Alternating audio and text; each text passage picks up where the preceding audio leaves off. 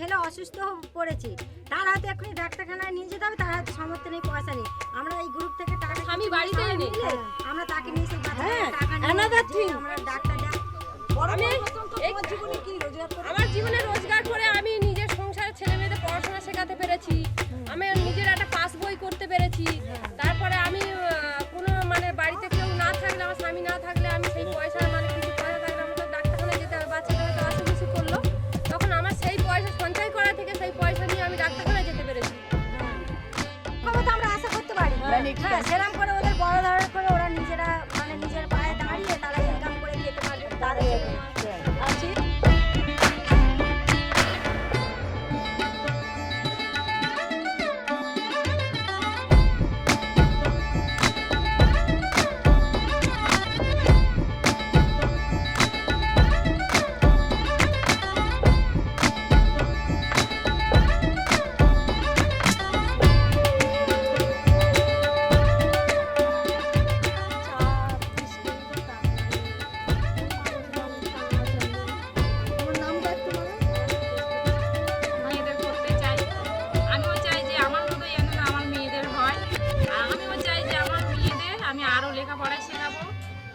College পাঠাবো, আমার খুব স্বপ্ন ছেলে মেয়েদের অনেক করে লেখাপড়া শেখাবো বা কিছু একটা মেয়েরা করবে, এটাই আমি করতে চাই।